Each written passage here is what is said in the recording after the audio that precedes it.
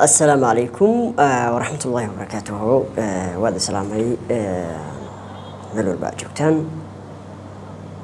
السلام عليكم ورحمة الله وبركاته. مغال كان كل وجهل المهيو عرب السياسة وجهل المهيو عرب ديمين لكن أرير أو كل وعي جلن أما وعي جلن أنا ربنا كجهلنا برامج أنا ربنا كهلنا والسوشيال ميديا السوشيال ميديا سيدا الله وضع صعنو حول جيسا أما دردر جلنتيسا لأنك سومالي دا أينا كوسو بيرا يعني السوشيال ميديا بروه هذا كله تقول سيدا دي أهلا إنستغرام كا تيك توك كا فيسبوك كا مامبا waxay nagu bilaabmeen aan iraahno 6 sano u dambeysay horay ka hor way jirtay in dadku ay isticmaali jireen laakiin sanadahan dambe ayaa aad iyo aad isticmaalkiisa ay u bateen hadaba wax kasta oo caalamkan oo social media ay ka soo baxa ama aalad kasta oo ka soo baxda anaga ahaan أما عالم كلهم بس هذا بهان وحنا أحسن يسحبون ولا فائدة استا بالشدة قيب يابا لوسم يابا ضيال لو قاضي وعلى ده قيب صباحه أما على ده قيب شقية أي واحد لو أديك سدا إن وده ماذا قيب على هذا اللغة هوريو هم إسكهري ما دي اللغة هوريو سيدا لو وضع صور سندكي لبكون يتبنكي يكوي تبنكي waxa loo yaqaano banaan baxyadii ama duufaantii qabsatay wadamada Carabta loo yaqaano guga Carabta marka waxa la sheegaa in loo adeegsaday baraha bulshada si gaar ahna waqtigaasi Facebook oo ahaa meelaha ay xiriirada dadku ay ku sameeyeen dhalinyaradii markaa ka cadoonkooday hadaba Soomaaliya hadda markaan joogno anagu social media naguma sameynayaan wax oraada laakiin oo kacdoon ah ama dagaal ah ma nagu sameynaa laakiin dhaqan ahaan midii hadii ahaan lahayd mid dhaqan Soomaaliyeed ba waxuu noqday mid ku tutubanaya maalinta ka dambaysa barta ugu daran maalin walba ay fadeexada iyo waxyaabaha xun ay ka dhacaan waa hada barta soo korortay TikTok la yiraahdo TikTok wadamo iska joojiyay ayaa jira sida Hindiya inkastoo arrimo siyaasadeed ay tahay iyo Mareykanka laakiin dhaqamo aan caadi ahayn ayaa ka socda Soomaalida dhacdada igula aan wadan kala ka dhacda laakiin TikTok saameyntu ku yeelatay waxa kamid ah Masar oo kale dadkeedu aad ay TikTok u isticmaalaan haddana waxa dhacday in gabar TikTok caan ka ahayd oo muuqaal anshaxuma soo gudbin jirtay sidoo kalena tababaro oo ahaydba gabdho badan in maxkamadu ay xukun ku riday loona cuskaday dhaqan xumada iyo muuqaalada ay soo gudbinayso haddaba anaga bulshahan waxaan la haboon Soomaali ahaan markaan nahay in aan wacyigelin aan ka sameeyno baraha bulshada meesha ay xumaanta ka socoto in lafteeda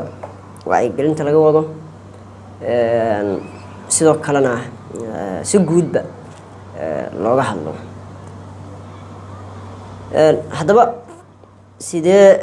qaabkee ayaa looga hortagi karaa in dhaqamadan ay sii socdaan kow waxa looga hortagi karaa wacyigelinta oo la joogteeyo sida ay xumaanta u joogteeyeen ayagu in wacyigelinta la joogteeyo aan maalin iyo mar ama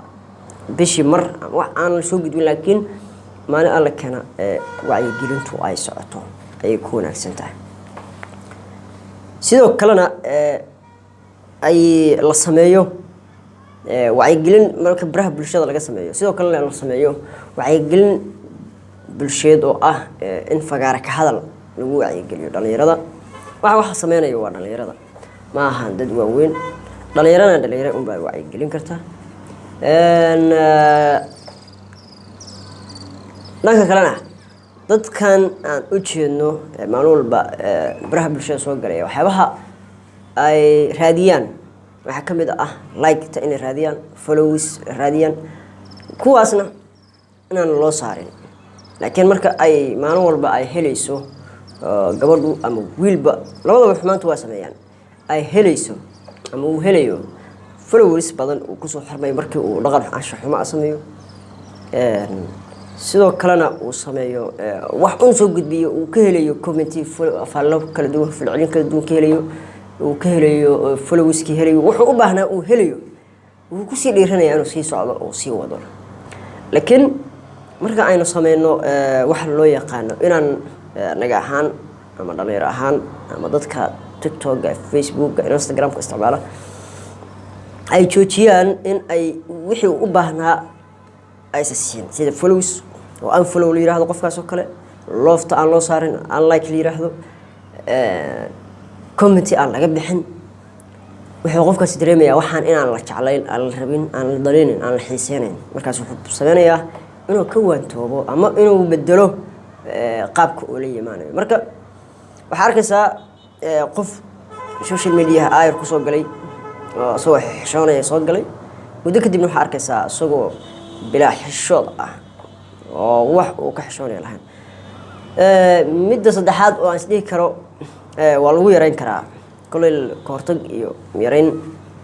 koortag inta waxaan ay dhacin ayaa la rabay la sameeyo laakiin hadda yareyn ayaan ka hadlaynaa waxa kale oo lagu yareyn karaa waalidiinta iyo walaalaha wanaagsan in ay wacyi geliyaan walaalahooda kale tusaale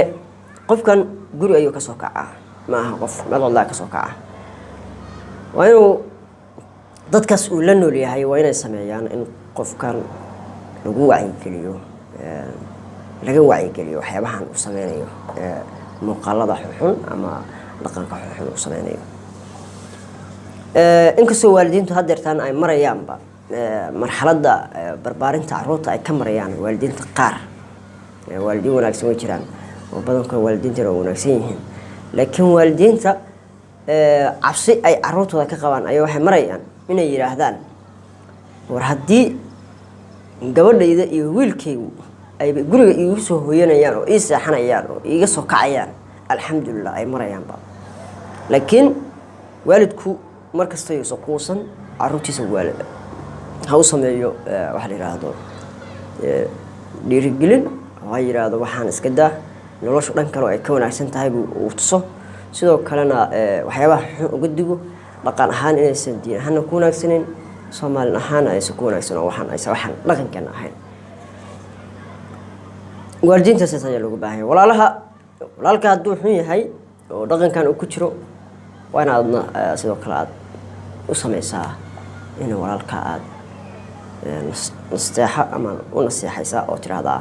walaal waxaan xumaanta ka joogo qofkan sharafta ka xumaanayso waxaan social media waa wax marka la keedinayo dhalinyarnimadan waa waxa ay ku qaadayso yaraanta ay ku qaadayso waxyaabaha aad ku kacayso laakiin waxay saameyn doontaa mustaqbalkaaga dambe waxay saameyn doontaa mustaqbalkaagii nolosha guurka ayay saameyn doontaa haddaad gabar tahay haddaad wiil tahay ayay saameyn doontaa way adag tahay in hadhow qof xumaanta noocaas ah kusoo dhaqmay ama kusoo waqti badan kusoo qaatay oo social media ama dhammaan muuqaalkeedayaashu ay dhex yaalaan muuqaaladiisii xumaan in uu helo qof wanaagsan ama inuu nolosha dib u wanaajisto oo kadib uu la wadaago qof way adkaan doontaa qofna kuma dhiiranayo qof muuqaaladaas ka keysan yihiin inuu nolol wadaago marka waxaan leeyahay ka waantooba dhalinyaronimadu waxa lagu yiraahdaa Soomaalidu ay tiraahdaa maamaah 20 jir intuu geed ka boodo ayuu tala ka boodaa oo amanaha waxyaabo badan oo go'aamo badan oo wanaagsan oo sameyn lahaa ayuu gafaya inuu sameeyo ama ku beegsado marka walaalayaal aan iska reebno xumaanta wanaagana aan safarno waa astaanta ummadda nabi maxamed alayhi salaatu wasalaam marka assalaamu calaykum waraxmatullaahi wabarakaatuhu